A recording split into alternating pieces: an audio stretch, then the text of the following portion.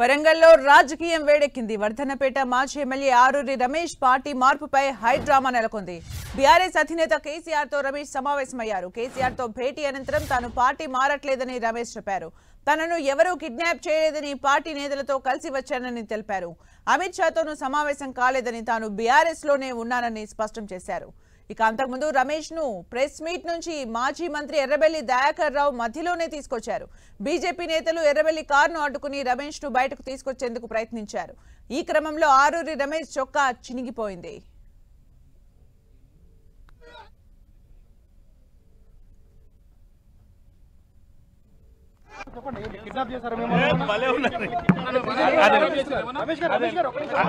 అదేం లేదు.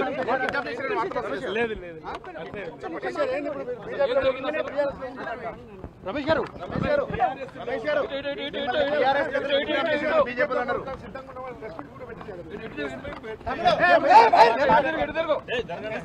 మిమ్మల్ని కిడ్నాప్ చేశారని చెప్పి బీఆర్ఎస్ ఉన్నారా? బీజేపీ అధికారులు కలిసినాము. మా పార్టీ శ్రేణులు మా దగ్గరికి వచ్చారు. కలవలేదండి. బీఆర్ఎస్ లో కొనసాగుతున్నారు. మీరు కొనసాగుతున్నాం. లోక్సభకు పోటీ చేస్తారా? లోక్సభకు పోటీ చేస్తారా?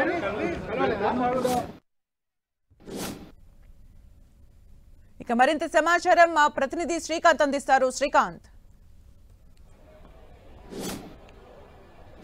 సుమిత్ర, ఈ రోజు ఉదయం వరంగల్లో మొదలైన పొలిటికల్ హిట్ హైదరాబాద్ చేరుకుందని చెప్పుకోవచ్చు. వరంగల్లో మీడియా సమావేశాన్ని నిర్వహించేందుకు ఏర్పాటు చేసుకున్న ఆరూరి రమేష్ మీడియా సమావేశం నుంచి బీఆర్ఎస్ నేతలు ఆరూరి రమేష్ ను హైదరాబాద్ తీసుకొచ్చారు. హైదరాబాద్ లో ఏర్పాటు చేసిన పార్లమెంట్ నియోజకవర్గ స్థాయి సమావేశానికి ప్రస్తుతం ఆరూరి రమేష్ హాజరు కావడం జరిగింది. మాజీ మంత్రి ఎర్రబెల్లి దయాకర్ రావు, ఎమ్మెల్సీ బసవరాజు సారయ్యలతో కలిసి హైదరాబాద్ చేరుకున్న ఆయన కేసీఆర్ నివాసంలో జరుగుతున్న వరంగల్ పార్లమెంటరీ పార్టీ సమావేశంలో అంటే నియోజకవర్గ స్థాయి సమావేశంలో పాల్గొంటున్నారు.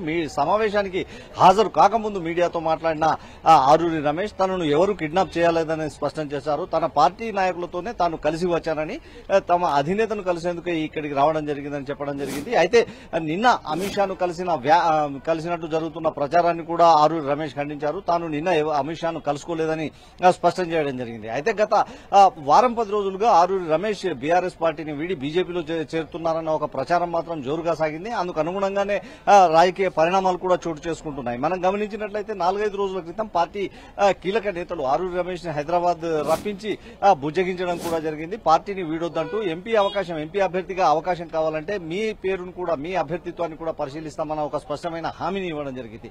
అయితే లోక్సభ ఎన్నికల్లో మరోసారి ఎంపీ అభ్యర్థిగా పోటీ చేసేందుకు రెడీ అవుతున్న ఆరూరి రమేష్ బీఆర్ఎస్ పార్టీలో అవకాశం దక్కే అవకాశాలు లేవన్న అభిప్రాయంతోనే పార్టీ మారేందుకు రెడీ అవుతున్నారన్న ఒక చర్చ గులాబీ పార్టీలో జరుగుతుంది. అయితే గులాబీ పార్టీ తరఫున ఎమ్మెల్యే మాజీ మంత్రి కడియం శ్రీహరి కూతురు కడియం కావ్యను రంగంలోకి దించుతారన్న ఒక ప్రచారం జరుగుతుంది. ఈ నేపథ్యంలో కడియం కావ్యను రంగంలోకి దించితే బీఆర్ఎస్ నుంచి తనకు పోటీ చేసే అవకాశం రాదని ఆరూరి రమేష్ నిర్ణయానికి వచ్చినట్టు తెలుస్తుంది. అందులో భాగంగానే బీజేపీ నేతలు సంప్రదింపులు జరపడంతో బీజేపీలో చేరి బీజేపీ అభ్యర్థిగా పోటీ చేయాలన్న యోచనను ఆరూరి రమేష్ చేసినట్లు సన్నిహితుల ద్వారా ప్రచారం జరుగుతుంది. ఈ రోజు ఉదయం నుంచి కూడా చోటు చేసుకుంటున్న పరిణామాలు, ఓవైపు బీఆర్ఎస్, మరోవైపు బీజేపీ నేతలు ఆరూరి రమేష్ ను తమ పార్టీలో చేర్చుకునేందుకు వరంగల్లో హైడ్రామానే చోటు చేసుకుందని చెప్పుకోవచ్చు.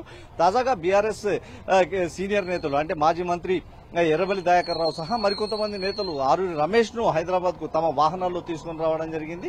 అయితే ఈ పరిణామాలపై అంటే కిడ్నాప్ చేశారంటూ కూడా కొంతమంది పోలీస్ స్టేషన్ లో ఫిర్యాదు చేయడం కూడా ఇది ఒక వివాదాస్పదంగా మారిన అంశంగా మారింది. అయితే ఆరూరి రమేష్ దీనిపై స్పష్టత ఇచ్చు. వరంగల్లో కీలక నేతలు ఇంకా చాలా మంది ఉన్నప్పటికీ ఆరూరి రమేష్ చుట్టే అటు బీఆర్ఎస్ కానీ బీజేపీ కానీ ఉండడానికి కారణం ఏంటి? అంటే ఈ హై డ్రామాకి గల కారణాలేంటి? అంటే గత కొన్ని రోజులుగా చోటు చేసుకుంటున్న అంటే రాజకీయ పరిణామాలు చూస్తున్నట్లయితే వరంగల్ జిల్లాలో రాజకీయంగా ఆధిపత్య పోరే ఇందుకు కారణమని ప్రధానంగా మనం చెప్పుకోవచ్చు. వరంగల్ జిల్లాలో నెలకొన్న మాజీ మంత్రి ఎర్రబెల్లి దయాకర్ రావు, మరో మాజీ మంత్రి ఎమ్మెల్యే కడియం శ్రీహరి వర్గాల మధ్య ఉన్న ఆధిపత్య పోరే ఈ పరిణామాలకు దారితీసిందన్న ఒక చర్చ మాత్రం గులాబీ నేతల్లో జోరుగా జరుగుతా ఉంది. అయితే గులాబీ పార్టీ నేతల్లో ఈ కడియం శ్రీహరి తమ కూతురును పార్లమెంట్ ఎన్నికల బరిలో దించేందుకు ప్రయత్నాలు చేస్తుండడం, కడియం శ్రీహరి ఇటీవల కాలంలో పార్టీ పెద్దలకు దగ్గరవుతున్నారన్న ఒక ప్రచారం జరగడంతో ఖచ్చితంగా కడియం కావ్యకే లోక్సభ ఎన్నికల్లో పోటీ చేసే అవకాశం వస్తుందన్న ఒక అంచనాకు ఆరూరి రమేష్ వచ్చారు. ఈ కారణంగానే పార్టీ మారి అంటే బీఆర్ఎస్ పార్టీని వీడి బీజేపీలో అంటే బీజేపీలో చేరినట్లయితే ఖచ్చితంగా లోక్సభకు పోటీ చేసే అవకాశం వస్తుందన్న అంచనాతో ఆరూరి రమేష్ బీజేపీ నేతలతో సంప్రదింపులు జరిపారు.